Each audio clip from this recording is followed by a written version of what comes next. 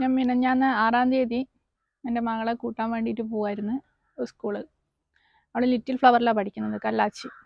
അപ്പോൾ പുറമേരിയാണ് പിക്ക് ചെയ്യാൻ പോകേണ്ടത്. 4:10 അവളെ വണ്ടി എത്തും. ഞാനതിന് കണക്കായി 3-3:30 കഴിയുമ്പോൾ വീട്ടിൽ നിന്ന് ഇറങ്ങി. അപ്പോൾ പോകുന്ന വഴിയിൽ കളിയാമ്പള്ളി പോലീസ് സ്റ്റേഷൻ്റെ അടുത്ത് വെച്ചിട്ട് എൻ്റെ പുറകിൽ നിന്ന് വന്ന അതിവേഗതയിൽ വന്ന ഒരു ഇന്നോവ വണ്ടി തട്ടിത്തെറിപ്പിച്ചിട്ട് പോവുകയാണ് ചെയ്തത്.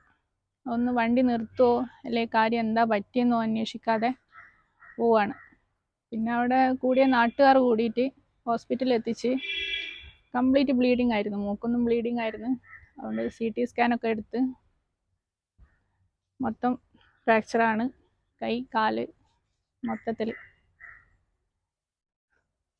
ആശയിലാണ് എന്നെ കൊണ്ടുപോയതിന് ശേഷം നല്ല ബ്ലീഡിങ് ആയത് കാരണം CT സ്കാൻ എടുക്കാൻ പറഞ്ഞു. അപ്പോൾ വടകര പാർക്കോൽ വെച്ച് CT സ്കാൻ എടുത്തു.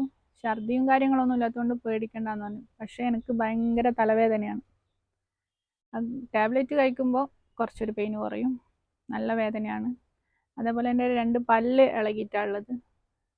സത്യം പറഞ്ഞാൽ 2 ദിവസമായി റെഡിക്ക് ബ്രഷ് ചെയ്തിട്ട് ആഹാരം പോലും കഴിക്കാൻ പറ്റുന്നില്ല. ലിക്വിഡ് ഐറ്റംസാണ് കഴിക്കുന്നുണ്ട്. കാലിൻ്റെ 2 മുട്ടും നന്നായിട്ട് പറ്റിയിട്ടുണ്ട്, കൈയും. ഇതൊക്കെ നല്ല പെയിനാണ്, രാത്രി ഉറങ്ങാൻ പറ്റുന്നില്ല. അപ്പോൾ ഇതിന് വേണ്ട എന്താണെന്ന് വെച്ചാൽ തക്കതായ ശിക്ഷ അയാൾക്ക് വാങ്ങിക്കൊടുക്കണം എന്നാണ് ഞാൻ പറയുന്നത്. ഇങ്ങനെ സംഭവിച്ച ഉടനെ അവിടെയുള്ള ആൾ പെട്ടെന്ന് പോയി കംപ്ലൈൻറ്റ് ചെയ്തിട്ടുണ്ട്, സ്റ്റേഷനിൽ അറിയിച്ചിട്ടുണ്ട്.